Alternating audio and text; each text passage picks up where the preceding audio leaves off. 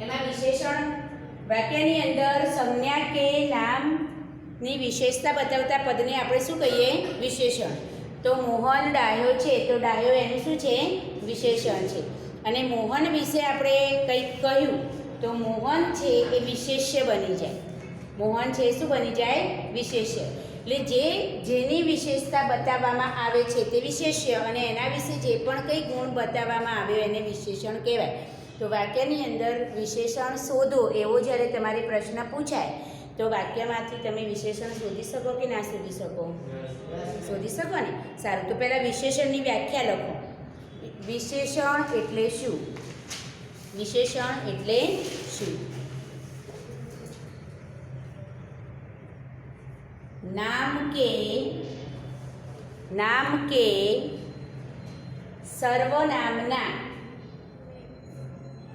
के सर्वनामना अर्थમાં વધારો કરે. સર્વનામના અર્થમાં વધારો કરે. સર્વનામના અર્થમાં વધારો કરનાર શબ્દને નામના અર્થમાં નામ કે સર્વનામના અર્થમાં વધારો કરનાર શબ્દને વિશેષણ કહેવાય છે. વિશેષણ કહેવાય છે.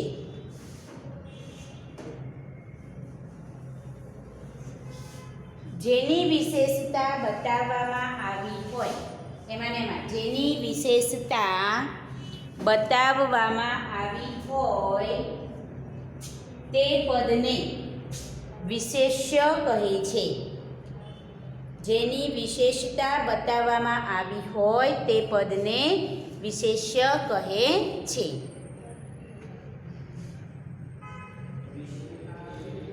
જેની વિશેષતા બતાવવામાં આવી હોય એ પદને વિશેષ્ય. ઉદાહરણ લખીએ આપણે તો મોહન હોશિયાર છે. હોશિયાર છે. તો અહીંયા હોશિયાર શું છે? વિશેષણ.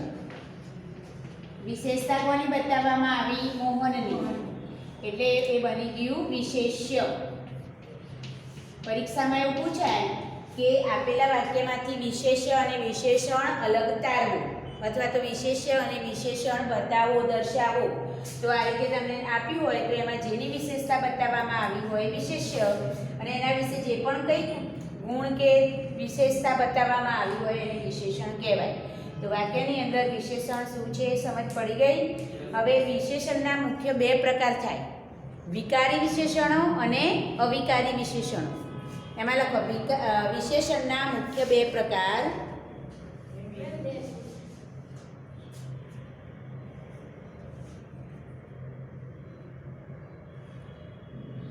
વિશેષણના મુખ્ય બે પ્રકાર. વિશેષણના મુખ્ય બે પ્રકાર. એમાં એક વિકારી વિશેષણ, વિકારી વિશેષણ, અને બીજું અવિકારી વિશેષણ. હવે વિકારી વિશેષણ અને અવિકારી વિશેષણ શું છે એ ખબર છે કોઈને? વિકારી વિશેષણ કોને કહીએ? અવિકારી કોને કહીએ? તો નામ કે સંજ્ઞાના લિંગ વચન પ્રમાણે, નામ કે સંજ્ઞાના લિંગ વચન પ્રમાણે જે ફેરફાર પામે એને વિકારી કહેવાય. જે ફેરફાર ન પામે એને શું કહેવાય? અવિકારી. વિકારી વિશેષણ એટલે નામ કે સંજ્ઞાના લિંગ વચન પ્રમાણે. લિંગ એટલે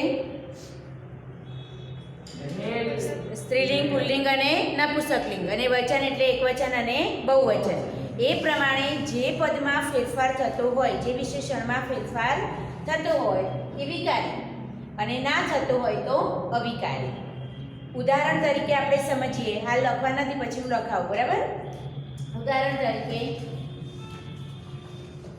આ ફૂલ સુંદર છે. આ છોકરો સુંદર છે. અને આ છોકરી સુંદર છે. કયા પદમાં ફેરફાર થયો નથી? આમાં સુંદર જે છે એમાં કોઈ ફેરફાર થયો નથી. આ ત્રણેયમાં વિશેષણ કયું છે? સુંદર, સુંદર અને સુંદર. અહીંયા ફૂલ આપ્યું છે તો ફૂલ નપુંસકલિંગ છે. ફૂલ કેવું, કેવું ઉ પ્રત્યય લાગ્યો એટલે કયું આવે? નપુંસકલિંગ. આમાં ઓ પ્રત્યય આવે એટલે પુલ્લિંગ અને આમાં ઈ પ્રત્યય આવ્યો એટલે સ્ત્રીલિંગ. ત્રણેય લિંગ અલગ અલગ થયા. અહીંયા નપુંસકલિંગ, અહીંયા પુલ્લિંગ, અહીંયા સ્ત્રીલિંગ. છતાં આ પદમાં કોઈ ફેરફાર થયો નથી. થયો છે? નથી થયો ને? તો આને કેવું વિશેષણ કહેવાય? અવિકારી. અવિકારી વિશેષણ કહેવાય કે સંજ્ઞાના લિંગ વચન પ્રમાણે જેમાં કોઈ જ ફેરફાર થતો નથી એ અવિકારી વિશેષણ છે. જ્યારે એક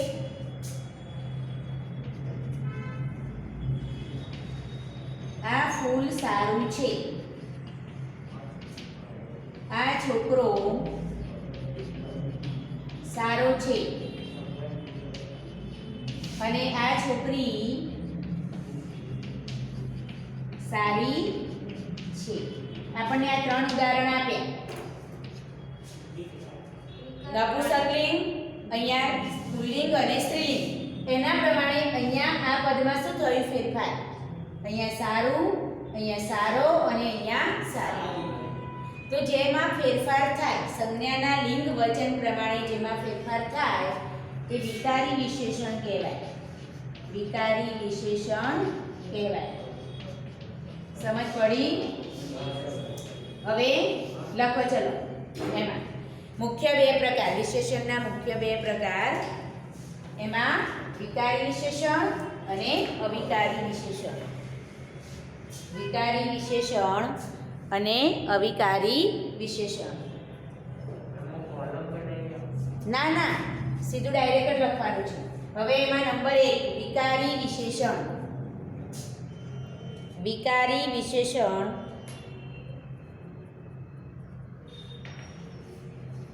જે વિશેષણનું રૂપ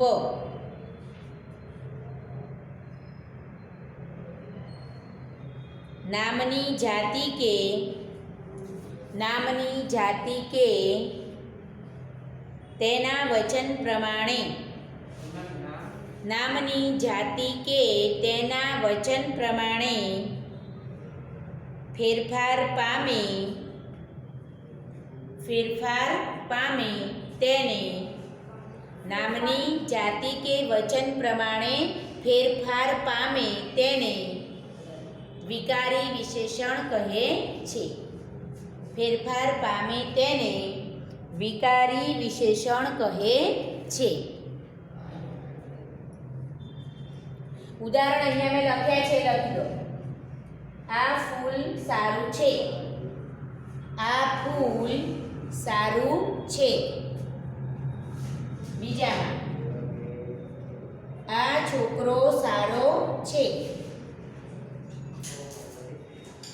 પહેલા ઉદાહરણમાં આ ફૂલ સારું છે, બીજામાં આ છોકરો સારો છે અને ત્રીજું ઉદાહરણ આ છોકરી સારી છે. આ છોકરી સારી છે. હવે ત્રણેયમાં એ સારું, સારો અને સારી નીચે અંડરલાઈન કરી દો. સારું, સારો અને સારી નીચે અંડરલાઈન કરી દો.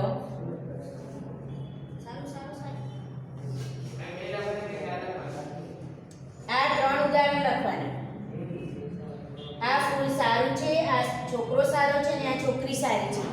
ત્રણેય નીચે અંડરલાઈન કરી દો અને પછી નીચેથી લખો.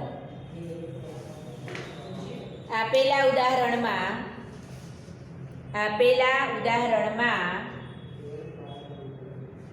નામના લિંગ પ્રમાણે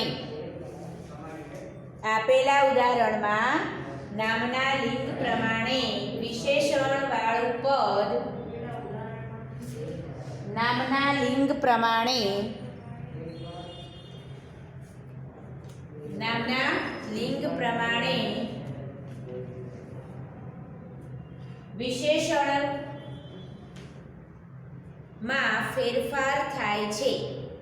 વિશેષણમાં ફેરફાર થાય છે. તેથી તે ફેરફાર થાય છે, તેથી તે વિકારી વિશેષણ છે. તેથી તે વિકારી વિશેષણ છે. બીજું અવિકારી વિશેષણ. અવિકારી વિશેષણ એમાં લખો જે વિશેષણનું રૂપ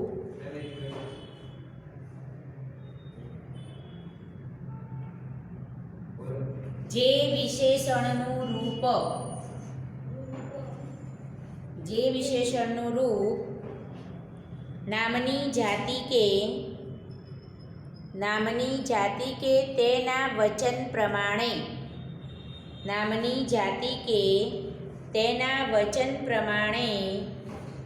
ફેરફાર પામતું નથી. વચન પ્રમાણે ફેરફાર પામતું નથી.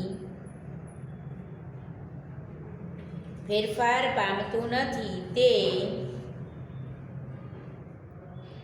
અવિકારી વિશેષણ છે.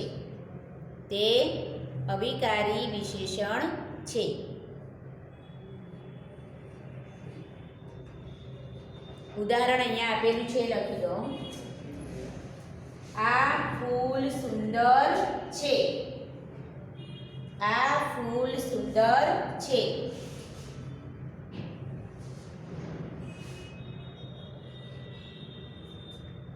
બીજું ઉદાહરણ, આ છોકરો સુંદર છે.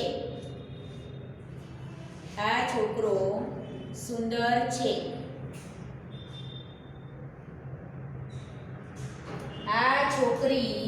સુંદર છે. હવે ત્રણે ત્રણમાં સુંદર નીચે અંડરલાઈન કરી દો. પછી લખો ઉપરોક્ત ઉદાહરણમાં. ઉપરોક્ત એટલે ઉપર આપેલા ઉદાહરણમાં એમ. ઉપરોક્ત ઉદાહરણમાં વિશેષણ દર્શાવતા પદમાં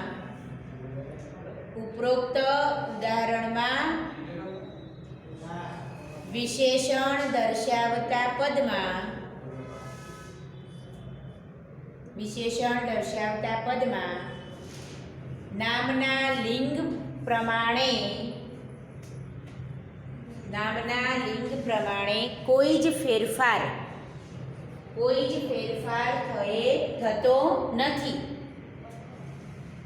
ફેરફાર થતો નથી. તેથી તે અવિકારી વિશેષણ છે.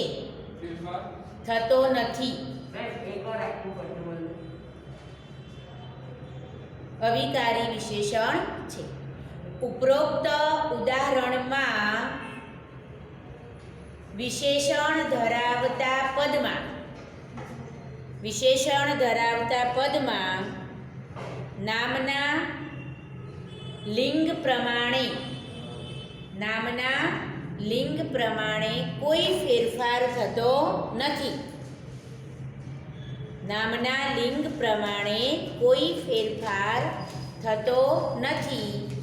તેથી તે અવિકારી વિશેષણ છે.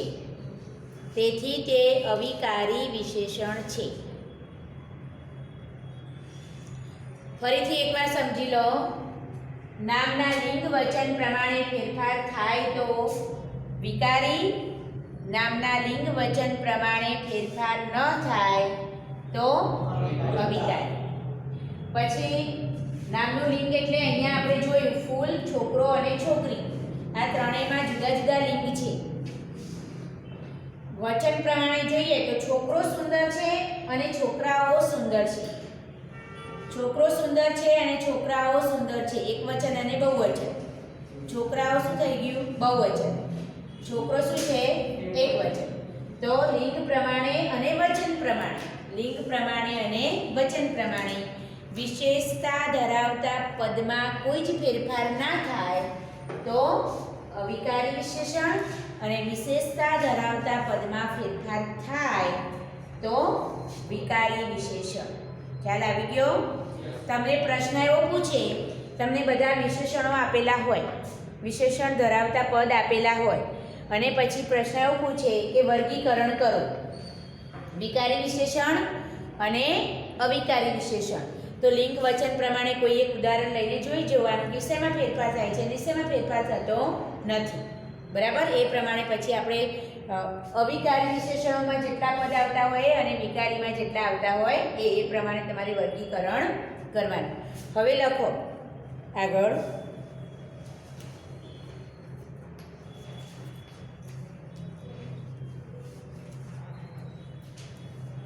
વિશેષણના પ્રકાર. વિશેષણના પ્રકાર પહેલા જે આપણે પહેલા લખ્યા સ્વરૂપની દ્રષ્ટિએ વિશેષણના બે પ્રકાર હતા. હવે ગુણની દ્રષ્ટિએ, અર્થની દ્રષ્ટિએ. બરાબર? એમાં નંબર 1 ગુણવાચક વિશેષણ. ગુણવાચક વિશેષણ.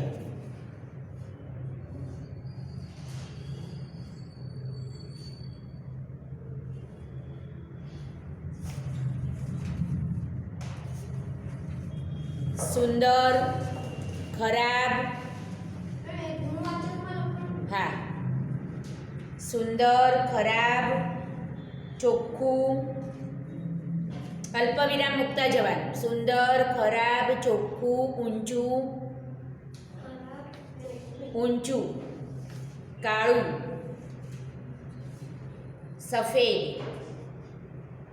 સફેદ, જાડું, જાડું, મોટું, ગરડું, ઘરનો ગ આવશે, ગરડું, ઠંડુ, તીવ્ર, સમજુ, તીવ્ર, સમજુ પછી તીવ્ર, સમજુ, લોભી, લોભી પછી ક્રૂર, ક્રૂર, લોભી પછી ક્રૂર,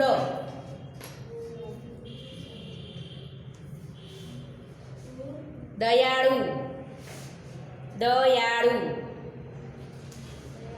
મુખ્ય, મુખ્ય, શોખીન, શરણાઈનો શોખીન, ડાહ્યું,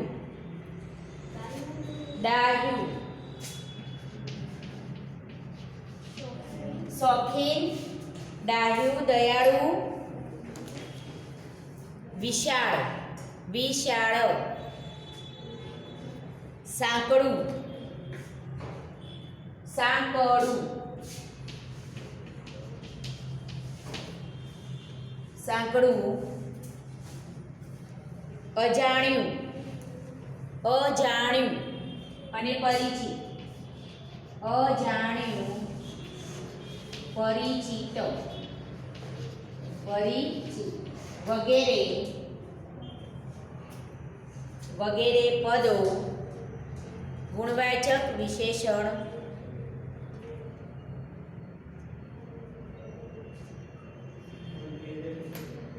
છે. ગુણવાચક વિશેષણ છે. ગુણવાચક વિશેષણમાં સંજ્ઞાનો ગુણ દર્શાવવામાં આવ્યો હોય. શું દર્શાવવામાં આવ્યું હોય? સંજ્ઞાનો ગુણ. ત્યાર પછી આવશે સંખ્યાવાચક નંબર 2. સંખ્યાવાચક વિશેષણ. સંખ્યાવાચક વિશેષણ એમાં સંખ્યા દર્શાવવામાં આવી હોય. સંખ્યાવાચક વિશેષણમાં સંખ્યા દર્શાવવામાં આવી હોય. એમાં પાછું નિશ્ચિત અને અનિશ્ચિત, નિશ્ચિત અને અનિશ્ચિત. 2 નંબરમાં લખો સંખ્યાવાચક વિશેષણ. એમાં સાદી અને પૂર્ણ સંખ્યાવાચક. સાદી 2 કરીને સંખ્યાવાચક વિશેષણ. સાદી કરીને નીચે લખો પૂર્ણ સંખ્યાવાચક, પૂર્ણ સંખ્યાવાચક, જેમાં પૂરી સંખ્યા દર્શાવવામાં આવી હોય 3, 4, 8, કોઈ પણ સંખ્યા, બરાબર, 100, 200, 1000, કોઈ પણ સંખ્યા પણ પૂર્ણ સંખ્યા દર્શાવવામાં આવી હોય. પછી ક્રમિક સંખ્યાવાચક, આમાં ક્રમિક સંખ્યાવાચક, ક્રમિક સંખ્યાવાચક એમાં પહેલું, બીજું, 8મું, 15મું, પહેલું, બીજું, 8મું, 15મું વગેરે કોઈ પણ ક્રમ દર્શાવ્યો હોય, બરાબર. એમાં અને ત્રીજું છે સંખ્યાંશવાચક, સંખ્યાંશ એટલે સંખ્યાનો અમુક અંશ, ત્રીજું છે સંખ્યાંશ, સંખ્યાંશવાચક એટલે પૂરી સંખ્યા નહીં પણ એનો અમુક અંશ, પોણું, સવા, અડધું એ બધું આવશે એમાં. પા, અડધું, પોણું, પા, અડધું, પોણું,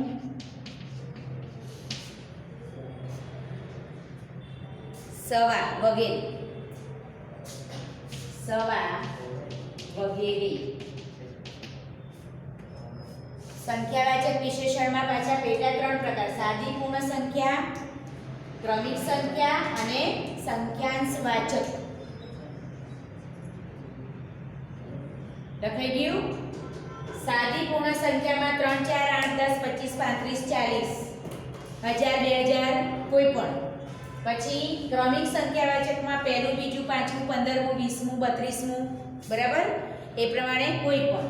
અને સંખ્યાંશવાચકમાં 4 વસ્તુ આવશે. સવા એટલે 1 અને ઉપર થોડું હોય એને સવા કહેવાય. પછી પોણું એટલે 1માં 25% બાકી હોય એને પોણું કહેવાય. અડધું એટલે જો એક ઉદાહરણ લઈએ આપણે કે 1 રૂપિયો આપણી પાસે છે, 1 રૂપિયો આપણી પાસે છે તો એમાંથી 25 પૈસા એટલે પા ગણાય. એકલા 25 પૈસા એટલે પા. પછી અડધું એટલે 50 પૈસા. પછી પોણું એટલે 75 પૈસા. પોણું એટલે 75 પૈસા. અને સવા એટલે 1 રૂપિયો અને ઉપર 25 પૈસા, બરાબર. એટલે એને આપણે સંખ્યાંશવાચક, આપેલી સંખ્યાનો કોઈ પણ અંશ, પછી પોણો હોય, અડધો હોય કે સવાયો હોય કે પા હોય, બરાબર. ખ્યાલ આવી ગયો? હવે 3 નંબર આવશે જથ્થાવાચક. 3 નંબર જથ્થાવાચક. જથ્થાવાચક એમાં બહુ, ઘણું, થોડું, ઓછું, વધારે. બહુ, ઘણું, થોડું, ઓછું, વધારે વગેરે, બરાબર. જથ્થો દર્શાવે.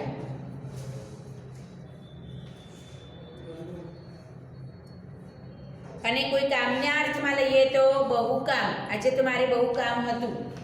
આજે તો મેં ઘણી બધી, હવે તો આ વર્ષે મેં ઘણી બધી પ્રવૃત્તિઓ કરી, તો ઘણી બધી, પછી બહુ કામ, આ બધા શબ્દો પણ જથ્થાવાચકમાં લઈ શકાય, બરાબર. પ્રમાણવાચક, બીજા શબ્દોમાં એને કહીએ તો પ્રમાણવાચક.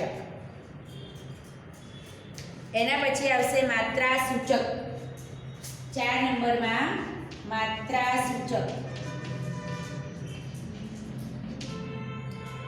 માત્રાસૂચકમાં ઓછું, ઘેરું, સાવ, તદ્દન વગેરે. આછું, ઘેરું, સાવ, તદ્દન વગેરે. માત્રાસૂચકમાં માત્રા દર્શાવે છે. આ કેવો કલર છે તો ઘેરો, આછો કલર છે. સાવ નજીવું એને વાગ્યું હતું.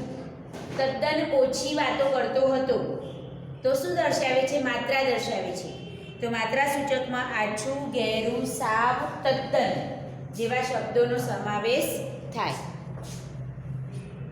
ત્યાર પછી આવશે 5 નંબરમાં સાર્વનામિક વિશેષણ.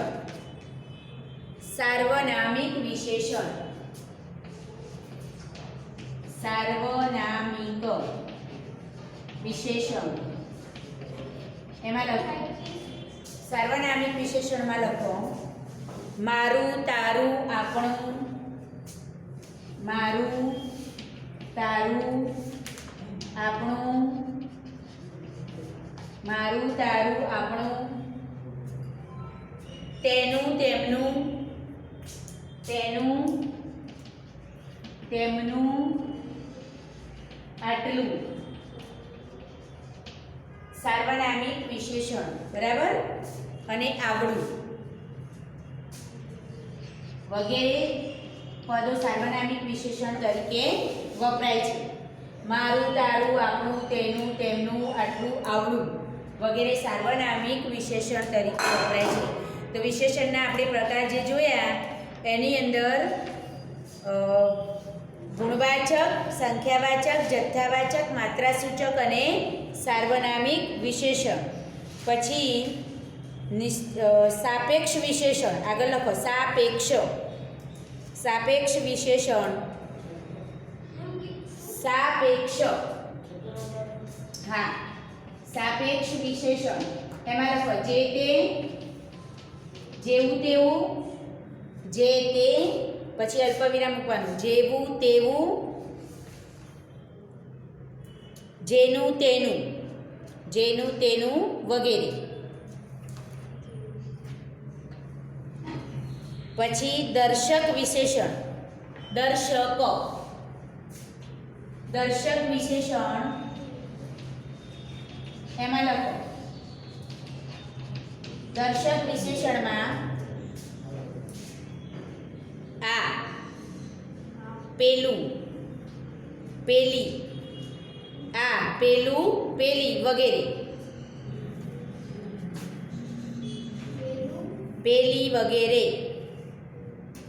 પછી પ્રશ્નવાચક. એના પછી નવો આગળ નંબર આપીને પ્રશ્નવાચક વિશેષણ. પ્રશ્ન પૂછવા માટે જે શબ્દ પ્રયોગ કરીએ એમાં પ્રશ્નવાચકમાં કોણ. પ્રશ્નવાચક વિશેષણ એમાં કોણ, કયા, કોનાથી વગેરે શબ્દોનો ઉપયોગ થાય. વગેરે શબ્દોનો ઉપયોગ થાય. કોનાથી વગેરે શબ્દોનો ઉપયોગ થાય. તો અહીંયા આપણે વિશેષણના જે પ્રકાર જોયા એ તમારે તૈયાર કરવાના છે. બરાબર. અને